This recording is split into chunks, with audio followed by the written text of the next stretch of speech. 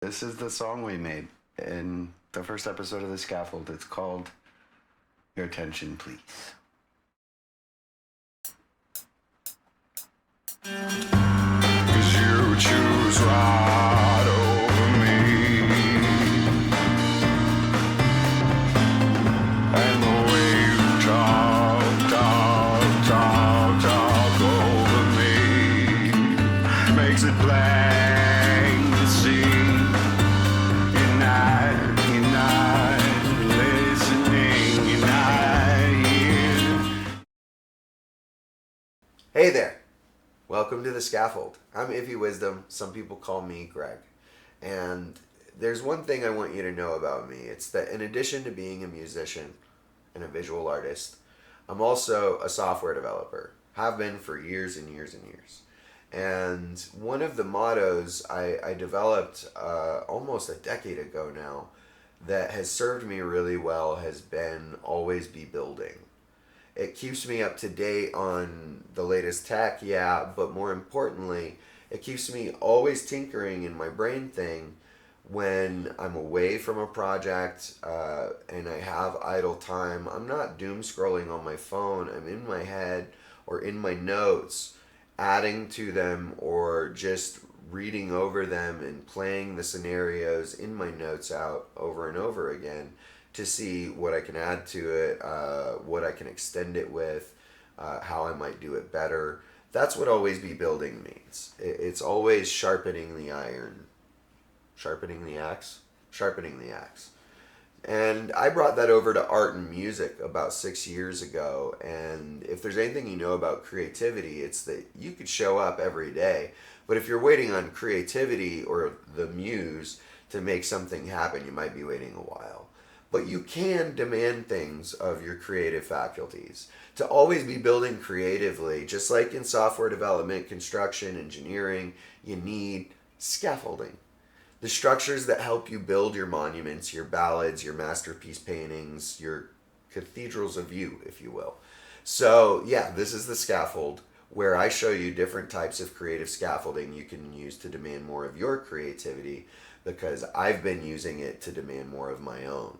So, if you're ready to get started, I've got a fun one. It's near and dear to my heart. I've wanted it for years and years, and this summer I finally sat down and built it. It's called MuseKata, and it helps me as a songwriter hone my craft, think about all the moving parts, and be creative all in one nice, neat little package. Let's go. So, welcome to MuseKata. Uh, we'll have a kick around here in a moment, but really briefly, how it works is when you want to start a session and you don't have an idea, this is what I mean by creative scaffolding. I just come here and I type in like a seed of an idea. And this came from just going about my day and then thinking about, hey, what's my least favorite thing about existing, for example? And we'll write a venting song, right? So I was like, in full carnival barker voice in my head, I was like, your attention, please. The show's about to begin. Take your seats. Now take your seats. He was commanding in my head when I was hearing this. Now take your seats. Sit down, but don't pay no mind to me. Now you won't always have something like that, so you instead of writing that might just come here and you might write, I just want a small song that sounds like a best friend singing to soothe me from the couch in my living room. But I like what I wrote first, so I'm gonna use that and we'll call it Your Attention, Please. And we'll put it in G minor because my voice is really comfortable there. My fingers are really comfortable playing that. And we'll do, I want something that's got a pop tempo, but it's like anti-pop. So I'm going to do like the bare minimum, which is like around 118. And then I'm going to deselect breakdown here for structure seed. I want intro, verse, chorus. I do want a bridge and maybe a refrain would be nice. No, because I like writing lots of lyrics. So we'll go with interlude. Yeah, I got some ideas for an interlude with this kind of thing. Because we're thinking Carnival Barker, like the interlude could be spoken word or something. So we'll click Generate Session Shell. And this is where MuseKata really shines as a creative instrument or creative scaffold, if you will. Is you give it that little seed and it uses it, basically, it uses it as a random number to generate a structure that comes from any time you use that same seed. I hope that makes sense. So now we've got a song structure suggested for us to experiment with. And the only thing I'll point out is that my placement of song sections isn't perfect. So down here in the center column is where I'm looking when I'm saying that. You'll see the interlude was placed after the outro. Well, the interlude probably goes between verses 1 or chorus 1 and verse 2. So I'm just going to click to move it up. And that makes more sense as a song structure to me. So already I've started my songwriting right here, right now, and we're only 3 minutes into the studio. So this is why I like this tool so much. And then it gets a little better because not only do I have the scaffolding of the song structure, I also have these pink tags that or purple, however your eye sees them, on the right side of the main column.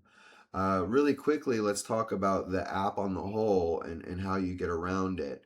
This is the songwriting tool in MuseKata. It has three main parts. It has the section editor, which is what we're looking at here. You can click to expand a section and add different types of notes, lyrics, chord progression, as well as the parts, which we'll talk about in a second. Over here on the left, you have the metadata for the session. This is like your file name or just your song name, your artist name, what DAW you're using when you're creating the studio session, what the status of the song is, some cover art or inspiration. It accepts one by one images that you can use AI. You can just grab an image off Google.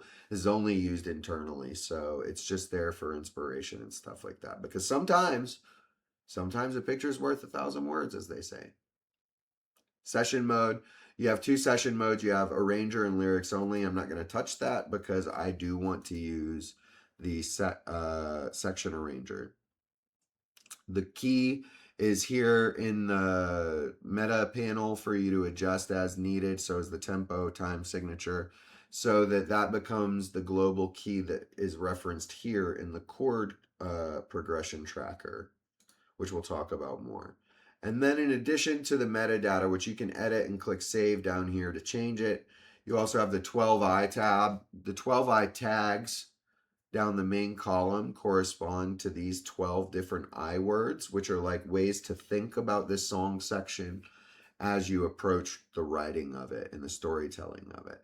So in the main column here, you can choose to use, ignore, or override these tags at your leisure. So this song is called Your Attention Please, and in my head, this is an indictment, and I'm going to write this in the session notes on the right column.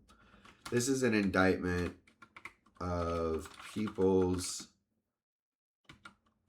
latent stinginess with their attention these days. Because everyone has a phone and an algorithm that knows what to do to give dopamine, we've all turned into hyper-focused, selfish, dopamine-seeking monsters just a wee bit. I don't mean everybody. And the cool thing I like about the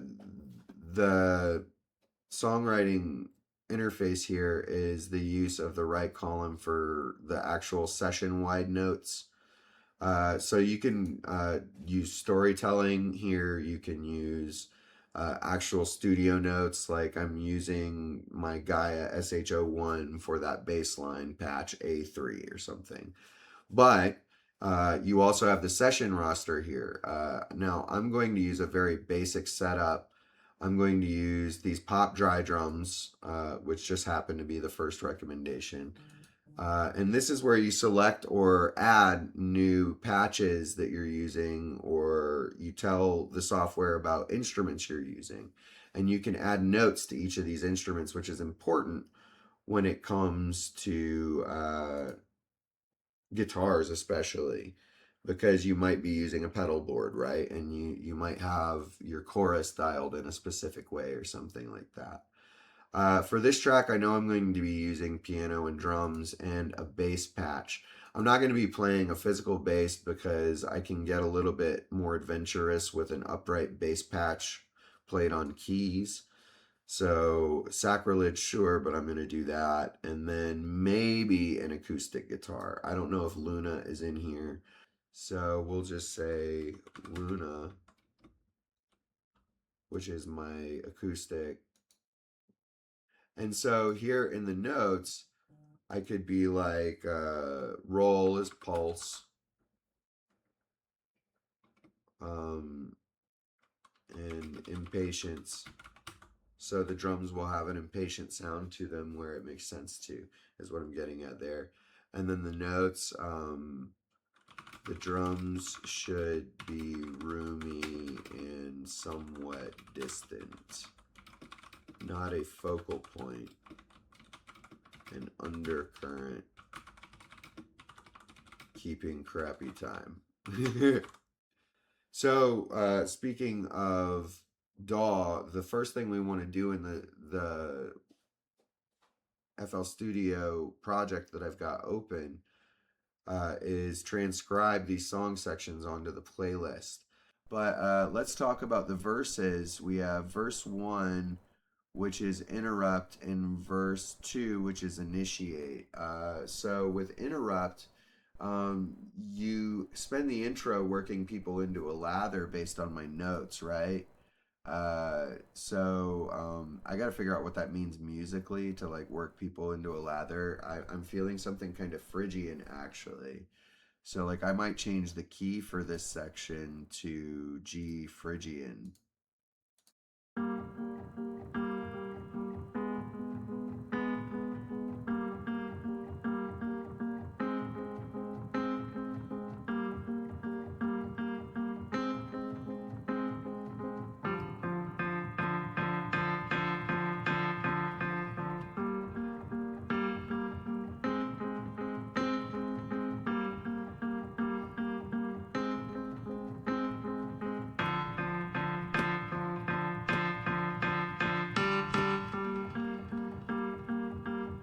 I kind of like that.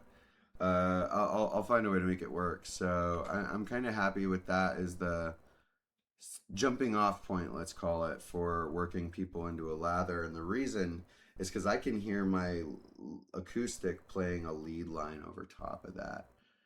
Then for the verse, we have interrupt. So to interrupt, it's pretty easy. You know, you can go from that rhythm to a just staccato section.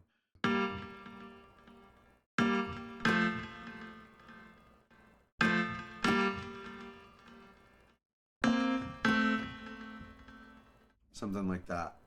We could write that down and sketch that out. So that was a 1, flat 7. Now, I've done music theory for years. I am aware that this section may be a little daunting. And so typically, you know, when you think of a chord, you think like C minor or G minor, I guess. G minor, you think G, B flat, D. I like to play just G and B flat.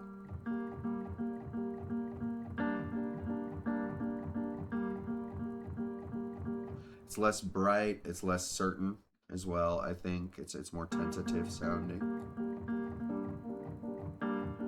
When you add that D, it becomes more declarative and you're like, ah, it's a minor chord. So now I'm ready to jump over and play around in FL Studio. I always start with the verse, so we're going to go to the verse 1 section. What we want to do is we want to fill it out. As I said earlier, we already determined what our basic building blocks for this song are going to be. They're going to be drums, bass, acoustic guitar, and acoustic grand piano. So what we'll do is we'll start with a tack sack dom groove. Tack sack dom sounds like this.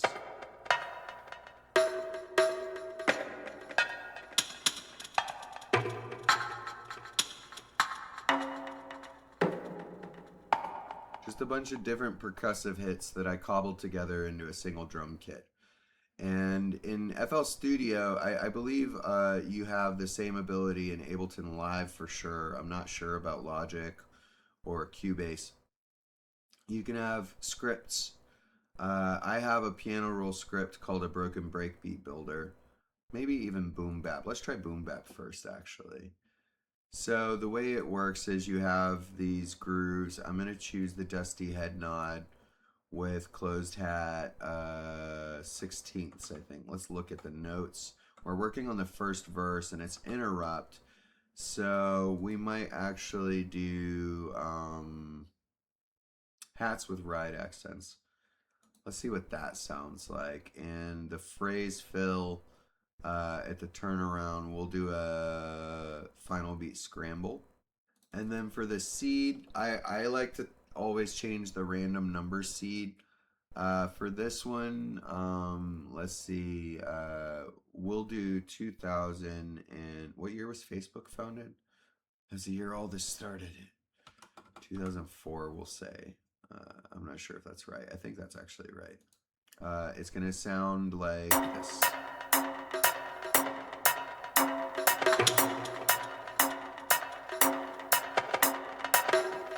Now, it's not a perfect script because it's not meant to write for Taxac Dom per se. So I have to find a home for this one that's on an empty lane. And it's going to drastically change things because it's the busiest lane. So let's see what this sounds like.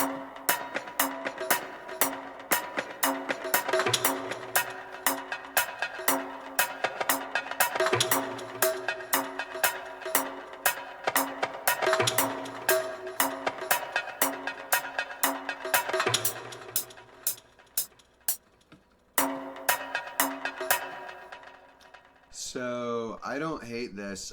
It's too loud, too intense. Even for what its purpose is, it's too intense. So the first thing we're gonna do is go to Foley and we're going to turn off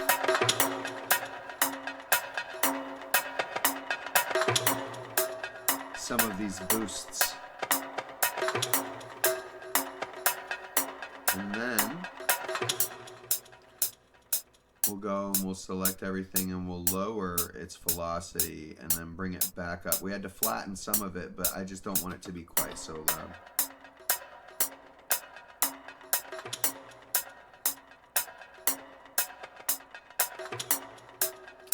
And for me, that adds a vibe that I've enjoyed in my music this last 20 or 30 songs, which is a sort of, I don't even know if you'd call that a Latin element, but I really enjoy the flair that this percussion type adds. But for now, we're going to make use of it, and I'm going to do one more thing to it to dress it up a little bit. And I've got a scatter pan script that makes it pan through the stereo field. I'll show you what that means. So now if we look at note pan and I hit undo, this is all down the center. When I add the script and execute the script, it does that. And so if you have headphones on, you'll hear it. And you can see it in the mixer too. See some hits come out of left field, some hits come out of right field.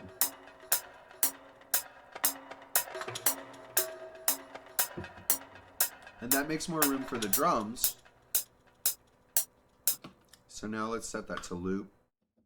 We'll select a new pattern, then we'll go back to the piano roll and we'll go to drums this time. And we'll use the boom bap builder again, but we'll change some things around. and then we'll do a different change up or something. So it sounds like this. And that crash, holy crap. Did you have a near coronary? Because I sure did.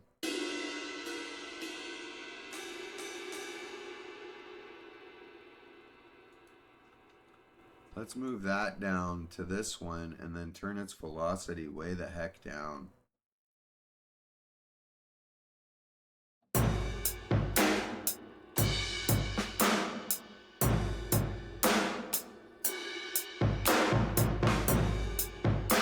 Oh, we like it.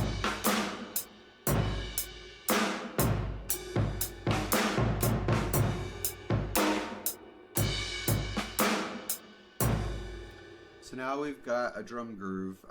Let's go ahead and throw that on the timeline against the full-time percussion, and we get something that sounds like this. It may sound like a mess. But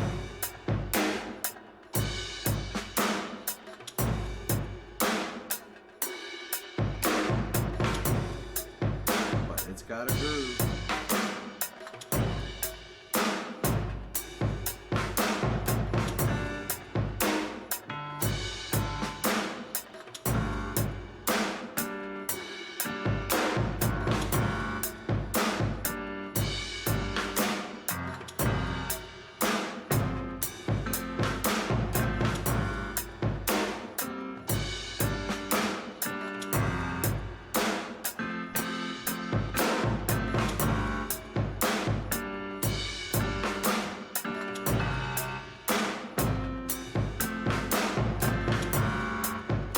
Like that. So there's a groove that we could play, but that's not what we wrote, right?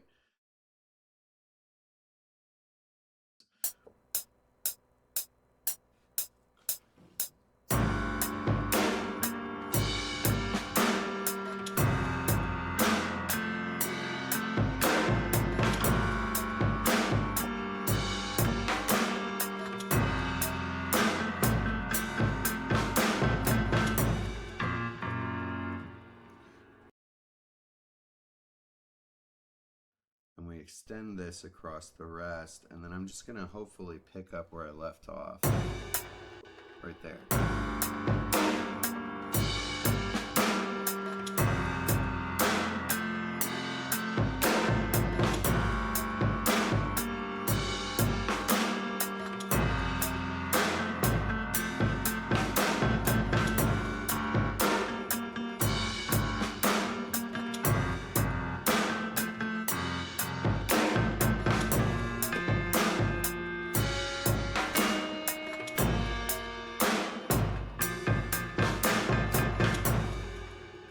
That got weird. That got real weird. I want to hear it back though. And try it.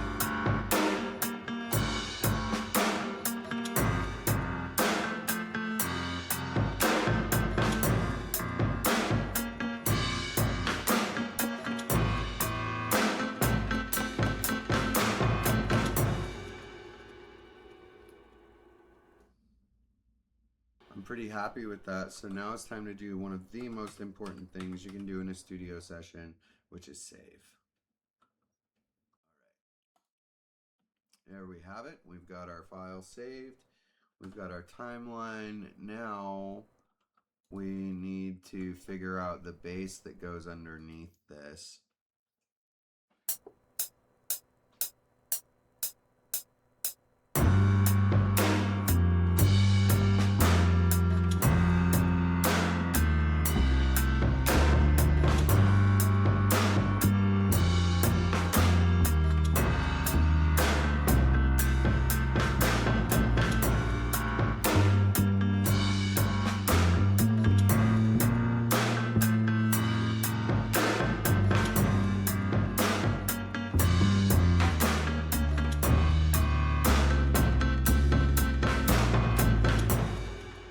So this is what I mean when I say MuseKata makes me think different when I'm writing.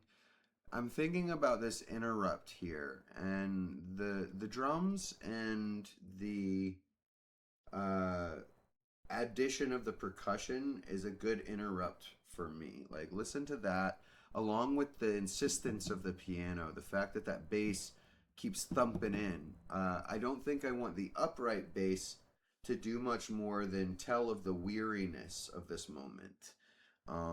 That you're tired of interrupting people doing things, you know, like that's sort of what's in my head. Sort of like a tired carnival barker going, "Your attention, please. The show's about to begin." You know, like, but he's tired of saying it because nobody ever freaking listens. Let's go. All right, so let's listen to this back and see if that feels true. Like the bass line being the weariness, the piano being the aggressive insistence necessary to cut through, and the drums being a sort of impatient interrupt.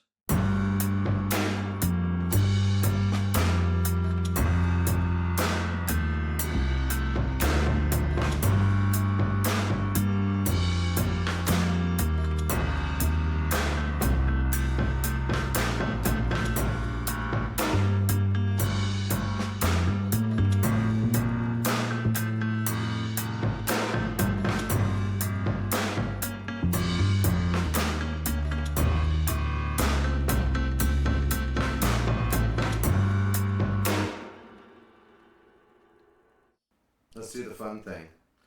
Let's get Luna and see if we can come up with a lead line to play acoustically over top. So what we're going to do is this right here. I'm going to take off my headphones and go get Luna.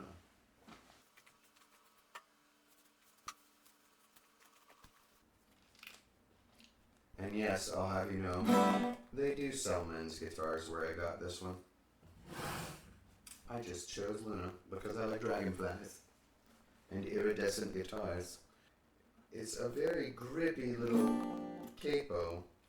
Like, it's really tight and it stresses me out. The capo. We're not playing chords for this section. We're playing lead style. But I was thinking something maybe with a pedal on the G. That's the interrupt, and then whatever's played on the next string up is listen at me, you know? So, like.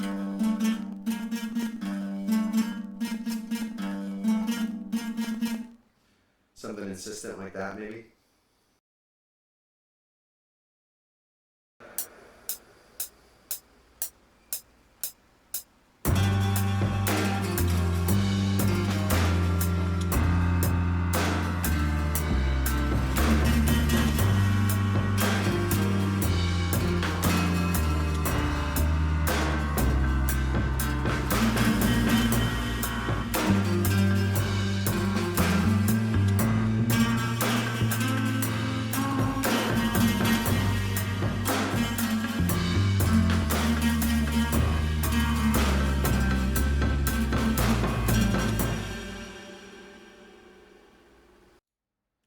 So after a couple of technical snafus with the audio, hopefully we're back on track. We're going to jump back into FL Studio here and continue building our beat. We've got our verse section down. After I recorded the acoustic, I made a couple quick decisions. I was like, you know, this section sounds so full.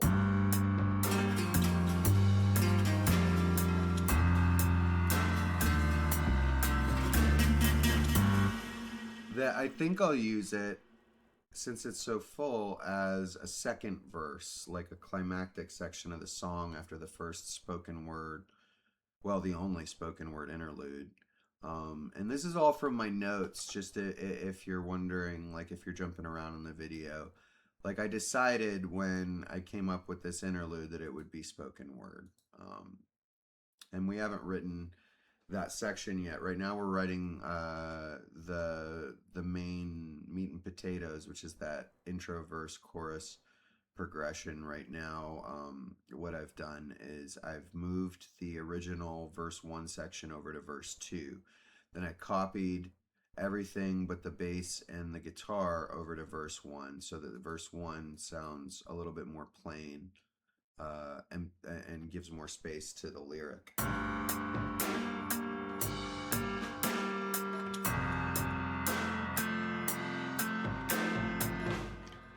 that is to be in alignment with interrupt. The slower chords at the beginning allow the lyric to move faster, whereas the more staccato notes in the back half here I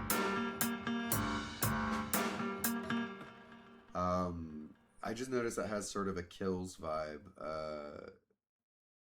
The song is just on the tip of my tongue. I just can't think of it. The intro where I stripped down I stripped down the second section of the verse drums and used them for bars 5 through 8 of the intro. What we're going to do is make the intro kind of like an overture.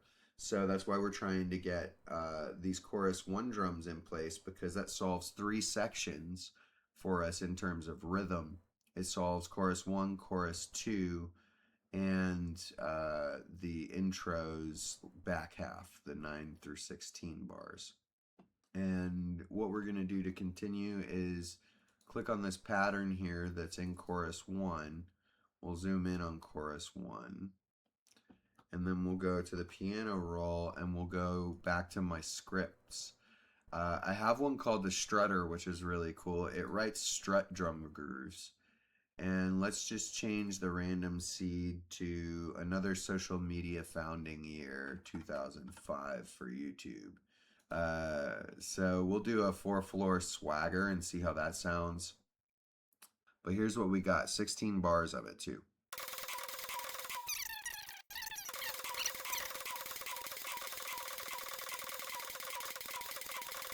I think I can write against that on the piano.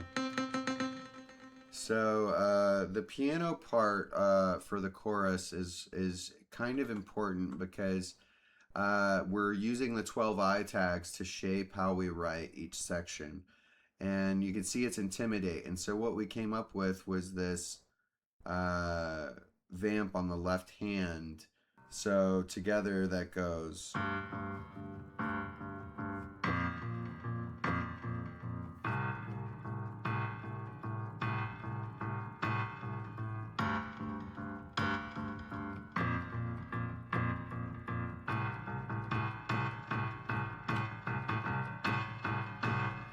And that's our intimidation loop.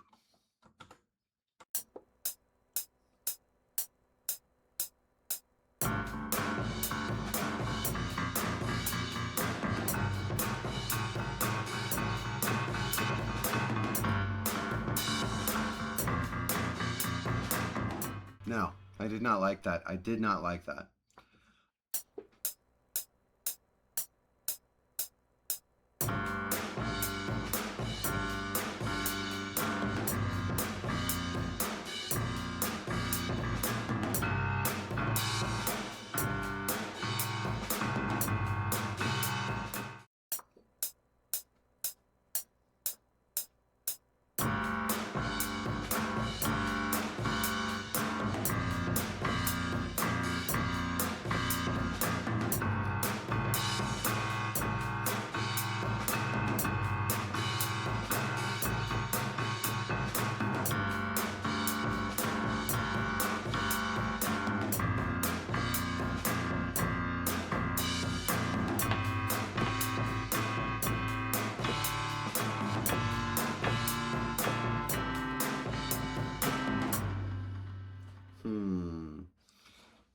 I like the ascent there because it increases the attention.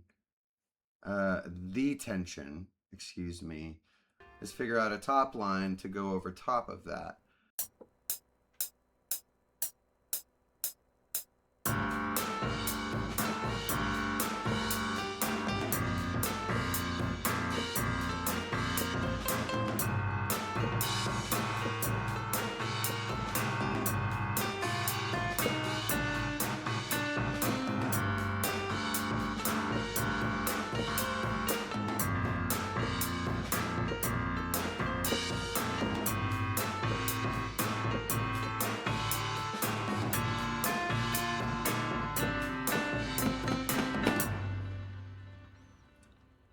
So that's pretty neat.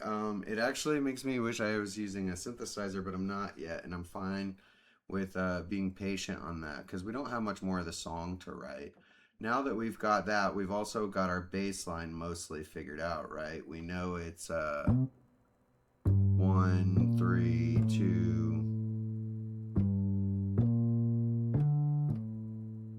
something like that would probably work underneath. So let's try it.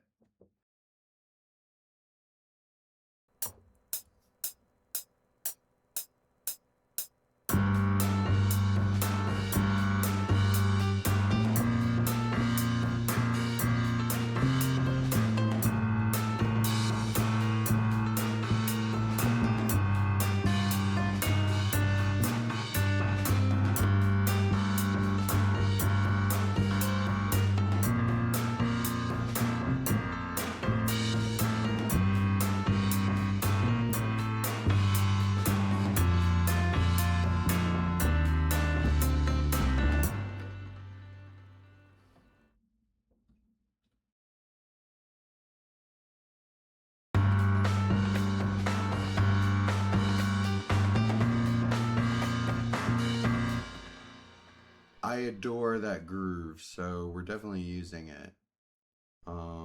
It's got a gallop to it almost, so let's throw that out there, and then we'll go back into piano roll, go to our note pan, and as you can see, it's all down the center. We're gonna do some scatter pan magic to throw it throughout the stereo field, and now we have this.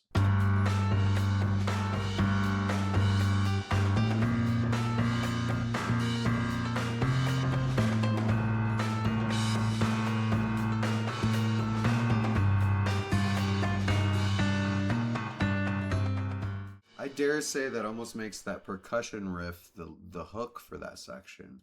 Now let's see how it plays with the first verse. It's a definite energy shift. I'm just not sure if it works yet.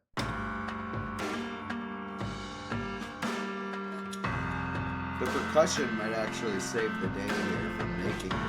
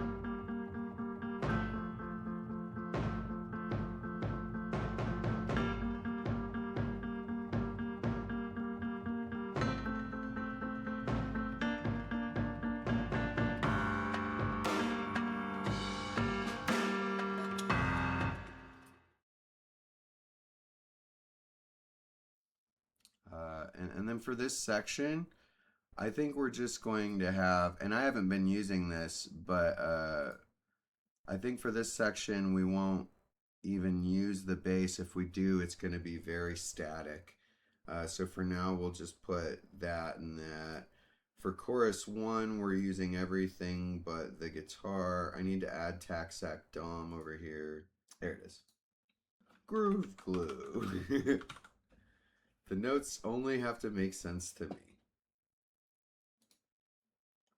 We may use tac-sac dom though in the interlude. For verse 2, let's do some housekeeping.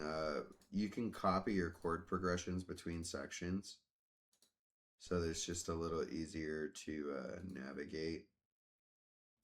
And then back to the spoken word section, we still have to record that.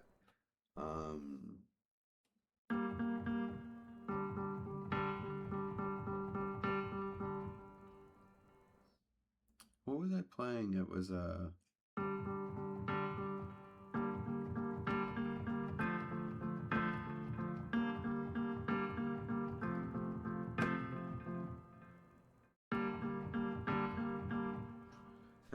so that's what I was actually playing, and what it's supposed to be is 1715. So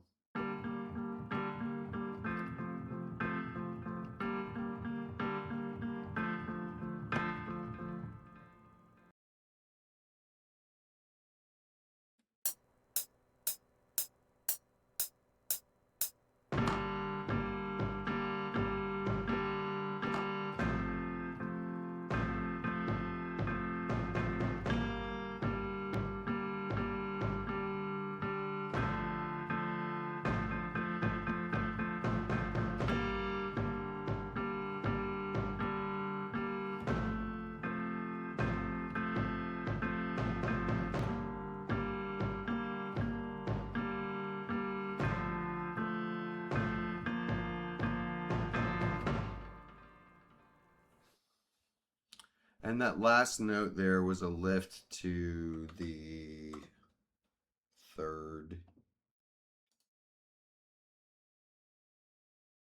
We're going to dive in and talk about the few changes that I have made. One thing that I did is after I did the interlude, I realized I had all the drum pieces I needed to fill in the intro. So I filled in the intro with drums and percussion from Taxac Dom. So now we have the rhythm, drums and percussion taken care of for the intro. We just need like the other elements to come in. Probably we'll do bass. We'll start with lead acoustic, and then bring in the bass and then the piano last. And then what we'll do is the little fire dance piano part from the back half of the first chorus. So that's an easy decision. And then for this first half, we'll just do bass and acoustic. So the acoustic I will re-record because I'll play this probably, but like in a more chill fashion. And for the bass, what I'll do is we'll just record something that comes in on bar 4. So we'll highlight the intro.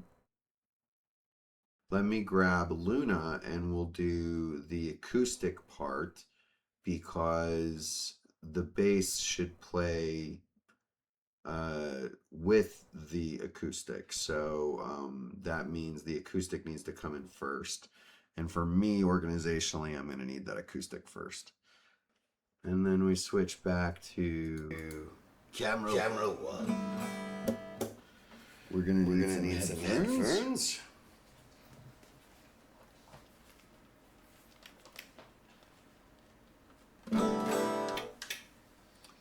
And then we need to see an FL Studio. Let's actually go back to the other camera.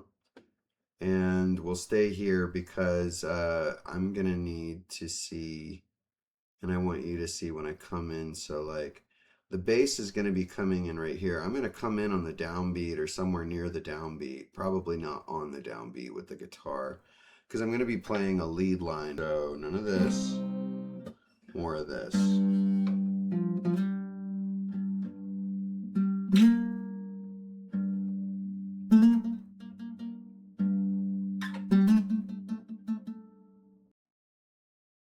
I like the trilling. I don't know if I have the finger strength to do it tonight, so we'll see.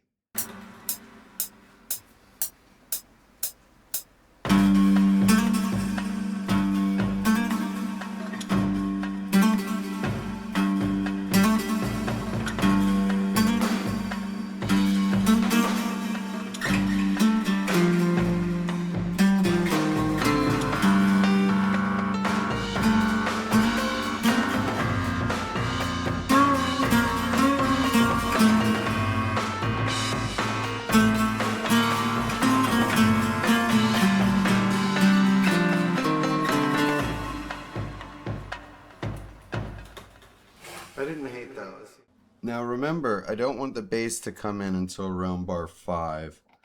So I'm just going to actually mark up bass right there so I know when to come in.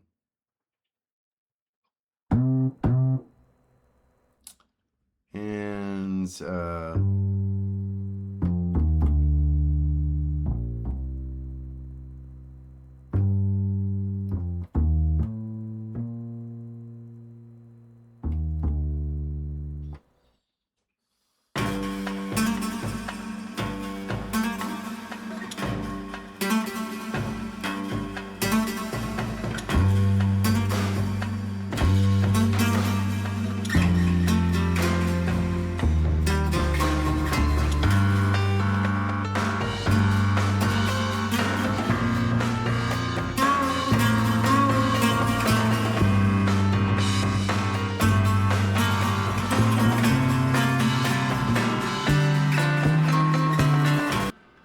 the one change I want to make is actually right here. I want to make this unique. Then we're going to open up to the drums.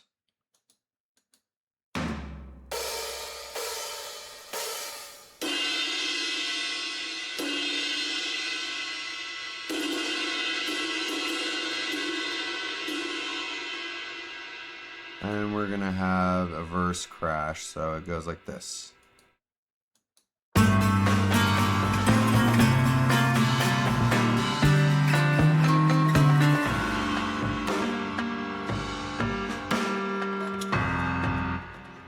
And I actually like that so much, I may actually alter the verse to have a crash every 2 bars.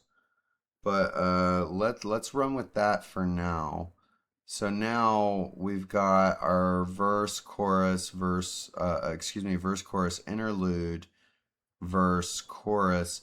What we need is a guitar line over the top of the chorus part.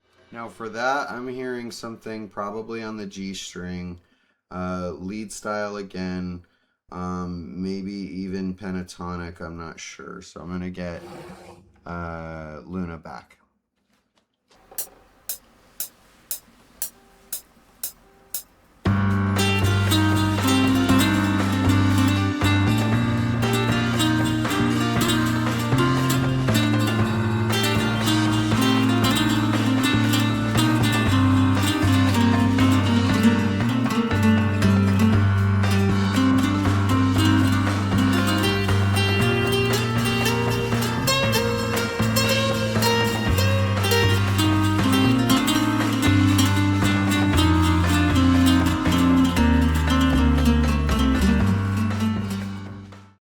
Alright, yeah, so let me noodle on the bridge for a moment and then we'll dive in. I'm going to go look at what is recommended over here in MuseKata for the bridge, and then we'll come back to it with an interrupt. And here we have the second chorus, which fills it, whereas the first chorus had a gap at the end. You see this little gap right here on the left where my mouse is dancing. We filled that gap in chorus 2, and then we exploded into open space, and I added a new percussion loop using the Tac-Sac Dom kit, which sounds like what you're about to hear. And there's no drums for the first 8 bars, just the percussion and the bass for the first 4 bars. Then the piano will come in, which we haven't recorded yet. But we're working on the bass line right now. And you can hear up to the part where the drums come in and then the bass drops out. I will play it and try and capture it while this is playing through. So here we go. Let's see how this goes. Surely it won't be a disaster. We're going to start on the last 2 bars of chorus 2.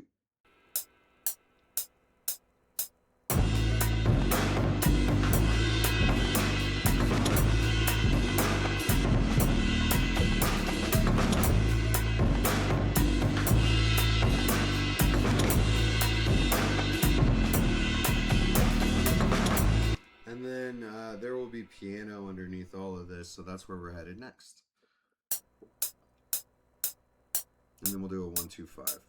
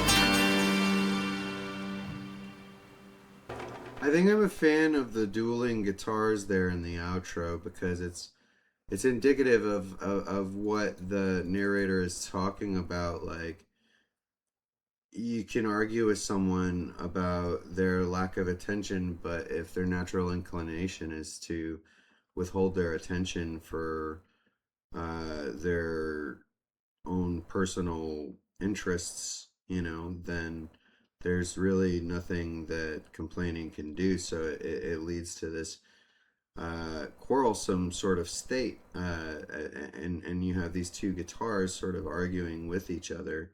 And so what I'm going to do is I'm going to look back at my session notes here at the bottom right and my spark at the bottom left. This is an indictment of people's latent stinginess with their attention these days because everyone has a phone and an algorithm that knows what to do to give dopamine. We've all turned into hyper-focused, selfish dopamine-seeking monsters just a wee bit. Some light fare, if I haven't already said that. And then the spark was your attention, please. The show's about to begin. Now take your seats, sit down, but don't pay no mind to me. So that was heard when I originally heard it in sort of a Carnival Barker voice. So I do have a sort of exaggerated Carnival Barker voice I could do, but it might be too silly for this song.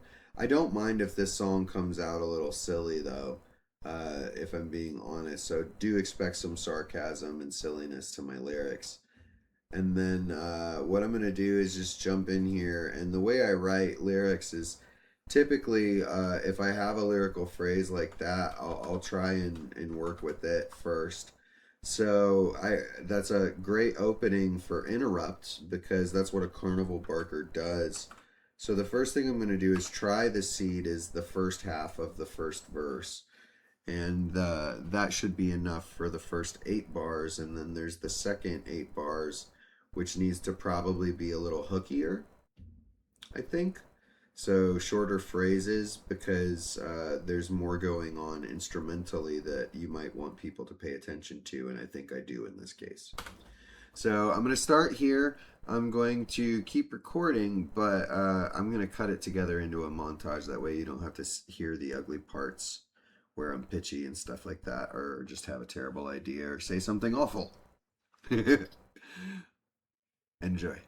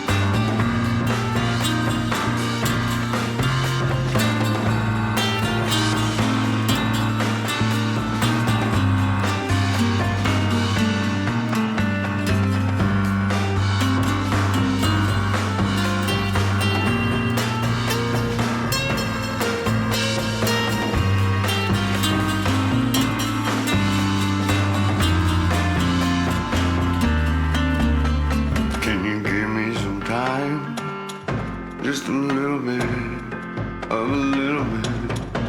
But you put up a fuss every time I ask you to try and give a shit.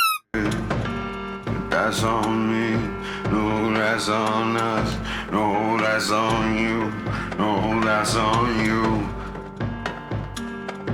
You're guilty as fuck. That's on you. Well, that was a lot of fun. I hope you had fun as well. At createsomething.fun, which is the umbrella for all of my shows, tools, and exercises and things like that that I publish, there's this headline on the homepage that says, make the weird thing, you know? And we did. We made a weird thing. And it feels like it came out a little better than I was expecting. And I hope you can see the lesson here isn't throw all these complicated systems at tracking what it is that you're writing. That's not the lesson here. It's what structure is hiding in your process that can actually enhance your songwriting. And the whole songwriting arranger that I built in MuseKata is the result of studying that about myself for years. Like, what structures are missing from my songwriting process that would actually force me to look at it with more scrutiny and more creative detail. And adding that to my thinking has changed the way that I approach writing. Whatever your form of art or expression is, if there is a thing that you always do that you wish you kept better track of, maybe it's mixing colors when you're painting. That was a big one for me when I was doing a lot of watercolor. Was like, okay, how many dabs of my paintbrush? And the fact that it was so imprecise would drive me mad, because I would want, you know, that purple exactly later in another painting, for example. Or what's something that you do repeatedly that you lose track of, that you waste time and creative energy later recreating? You know, I think that's the takeaway from this first Scaffold session, as well as an admitted plug to get you, if you're a musician, to try out MuseKata when it's ready. And there's a link below to the beta sign up form on createsomething.fun if you're interested. Thanks so much for watching. If you can like, share, or subscribe to the channel, that helps, I hear. I don't really mind if you just stop by, though. I don't care. Let's have fun. Let's make something weird. And I'll see you in the next episode of The Scaffold. Thanks, folks. Bye now. Attention, please. The show's about to begin. Now take your seat. Sit down, but don't pay no mind to me. Don't look up, just grin. Don't sit